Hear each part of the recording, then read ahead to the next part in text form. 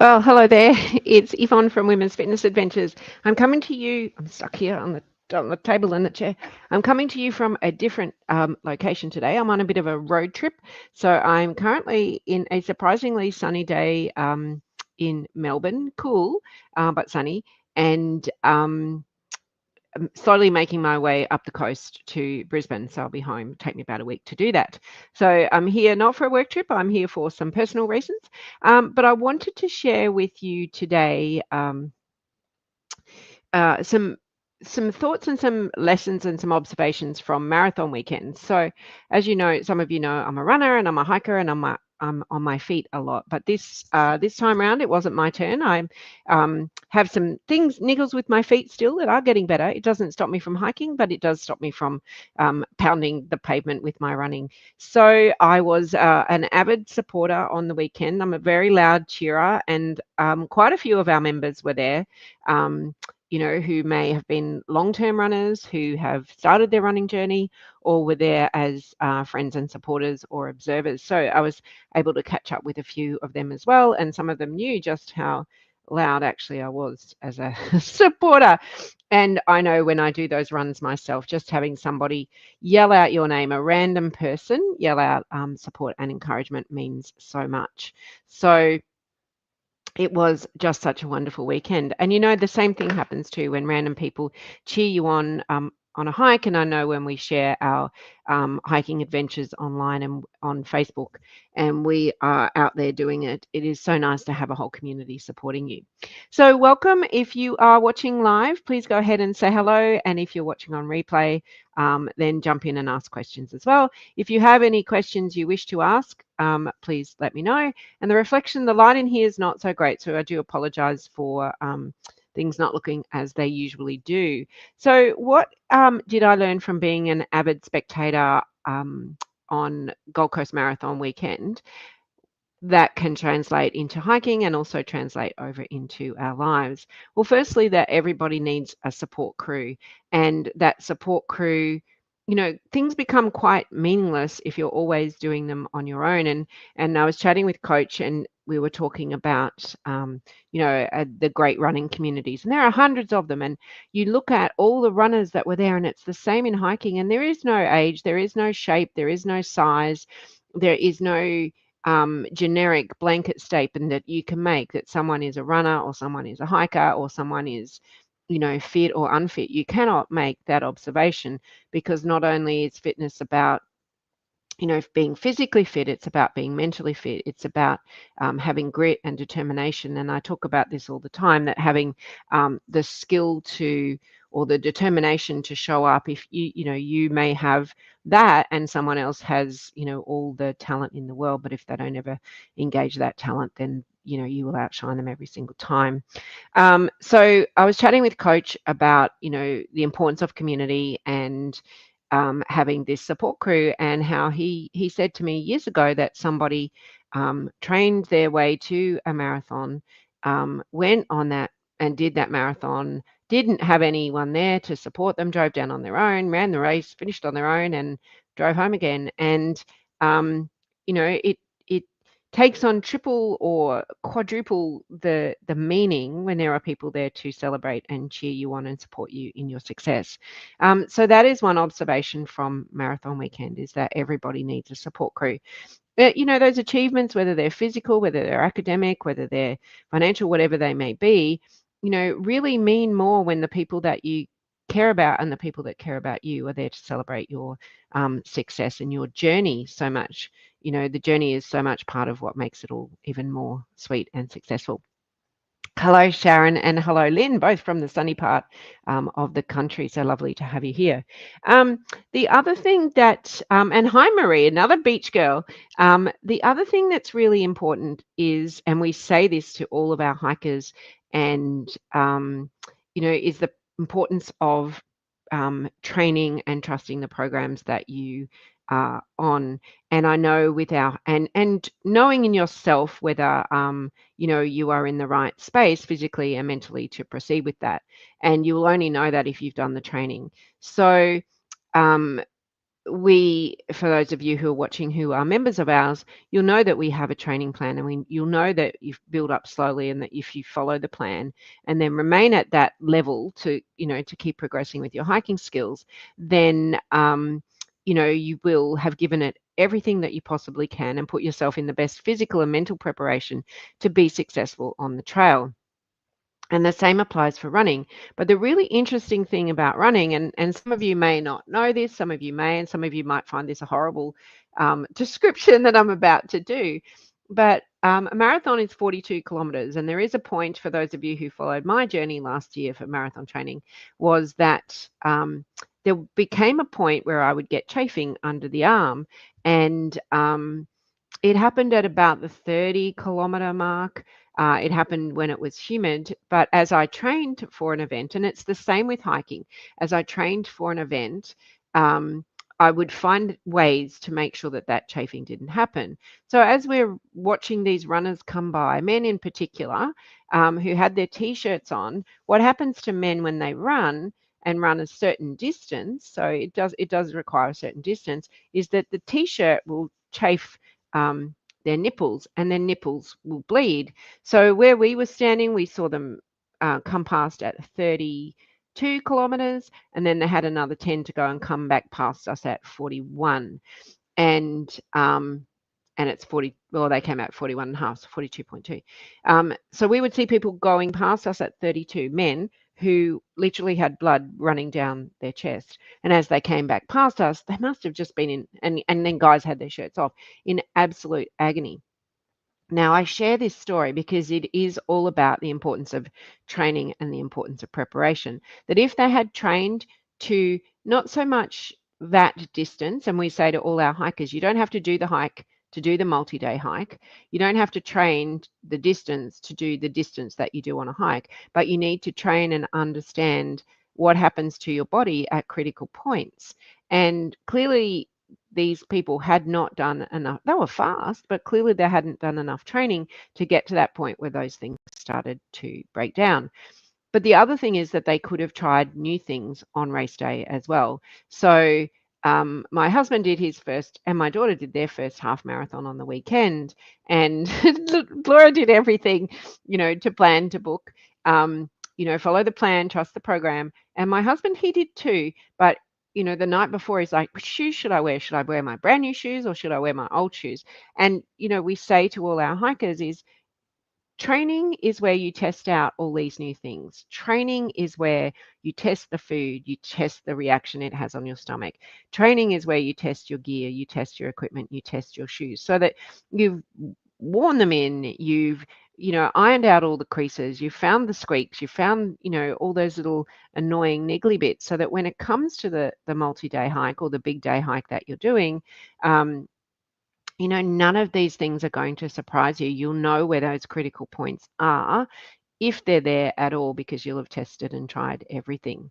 So, that's a really important lesson, that, trust in the program, trust in the training. And if you are training for a multi-day hike and you don't have a program, then I suggest that, if you're with us, then you will always have a program. But if you're not with us, if you're on another hike of your own, find out what a training program should look like for that, because you don't want surprises. You don't want to end up, being that person that has, thinks that they're fit enough, but actually, hasn't gone to, if it's got a whole lot of hills in it and your cardio is not where it needs to be, or if it's got a whole lot of down in it and your leg and knee strength isn't where it needs to be.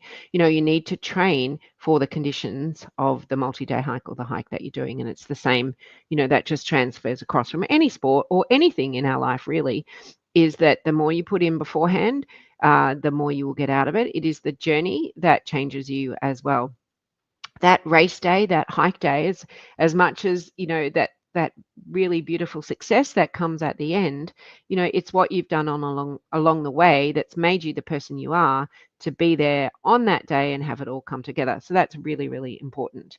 But the other thing that's really important is competing with yourself. Now, someone who shall remain nameless, it it seems to be and no one in our community, it seems to be a not a competition, but it is, can I be better than that person, rather than a competition with yourself? And, it's most important whether you are considering your first hike or you've done multiple hikes, is how can I become a better hiker, not how do I become a better hiker than them? Because there is always going to be someone who is fitter, who is faster, who is quicker, who is more nimble, who is more active, who has more better recovery than you. So it doesn't matter where you are on that hiking scale.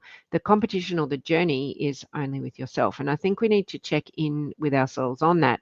And if you are introductory hiker, you're starting your first hike, or you're starting our Couch to Mountain program, all those nerves, all those things that you say to yourself is perfect. It is exactly where you need to be. And there is no need to compare yourself to anyone else. Because the thing is that you are starting. That is the most important thing to do. And one of the things that is really important is that we have a goal. And I keep looking at my notes because I made a point there. I was chatting with my good friend Peter, who runs a great business called Strong Healthy Women, and she's a PT for women and does her programs online.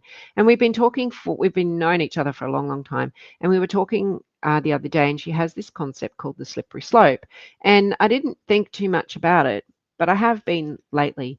And, one of the things, particularly because I'm off running and on hiking at the moment, only hiking, I feel that I have slowed down. And you know what? I actually have. I was kidding myself, and she said it's the slippery slope. It's a point we get to where we suddenly realize that we're not moving as much in our day as we used to, or we think that we're doing that strength training, or we think that we're getting those steps in, or we think that we're, being active and nimble, but actually, or we think that it's okay not to be able to reach up or reach down or reach low. So that's why we all need a goal, because a goal will keep us active, a goal will keep us mobile, a goal will keep us stable, and a goal will keep pulling us forward.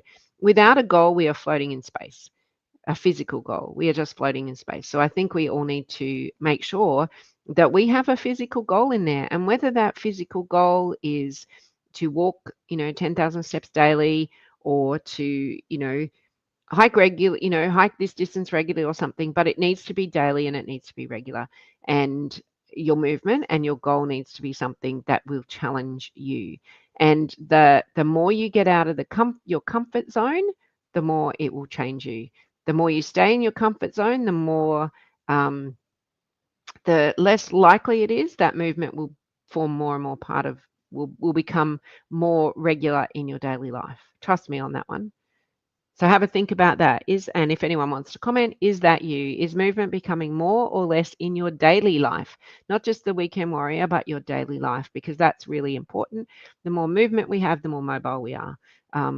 And, for me, for a little while there, I think I was kidding myself that I was getting to the gym 3 times a week to do my strength training. It was probably on average 1.8 times. And there's a big difference between that. And it's, to do the things that were purposeful for what I needed to do. I move a lot, but for me, I felt that my movement had become a lot less. And when I started analyzing it, it actually had. So for those members, we did the 5K for 5 days many years ago, or many weeks ago, I should say.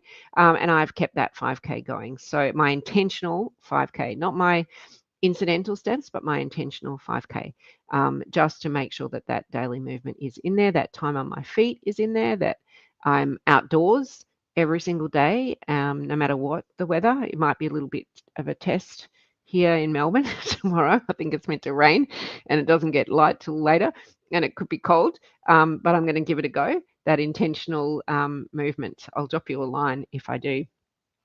So having that daily goal and a big challenge to pull you forward, a big physical challenge. And we can talk ourselves in or we can talk ourselves out of it. So let me check in who else is here. Hello, Anne. Hello, Barbara. Hello, Karen. Hello, Diane. Hello, Brod. Hello, Lynn. Thanks, Lynn. And hello, Diane. Always need a goal to keep me focused. Absolutely. We all need a great goal to keep us focused.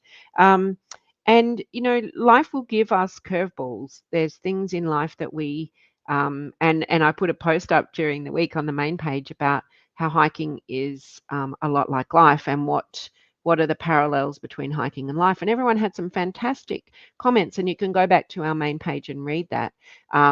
But sometimes it doesn't matter how much preparation you do, um, you you can't prepare for everything, and that's the same with trails. So making sure that the plateaus, the summits are there as a success, and then the valleys and the gullies, what are we doing now when we're in that to prepare us for when we're at the summit, or what are we doing at the summit that could keep us on that summit? This is in our personal life, it's a metaphor, for longer. So really important that you think about those. And I often think, and I often say when we're out hiking, just because someone's gone that way through a creek or on, for track splits, or it's a creek, rocks or something, it doesn't mean you have to go that way. Forge your own path.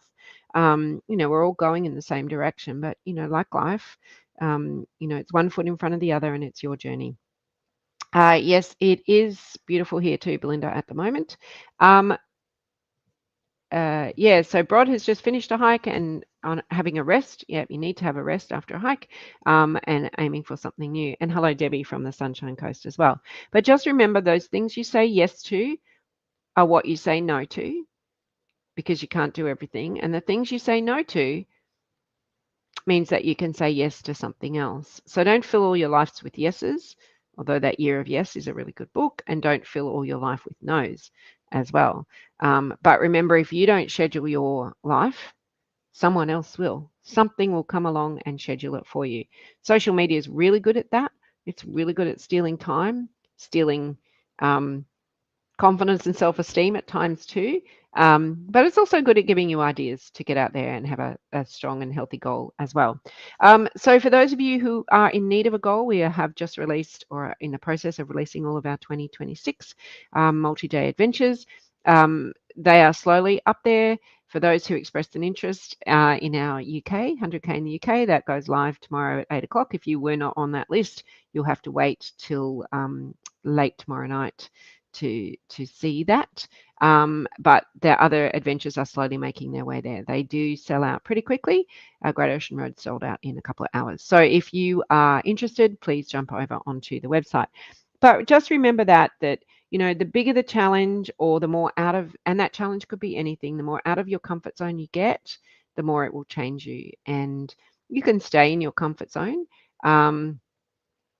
And be comfy there. That's totally your choice. But I find, for me, the curveballs that life throws you, the fitter you are, the stronger you are, it just makes those harder things a little easier to deal with, because you don't have to deal with, your physical self as well. So Marie says, having another hike booked, even in the far future, has made me get back to my exercise routine quicker than normal after a few weeks away on holiday. I definitely need that accountability.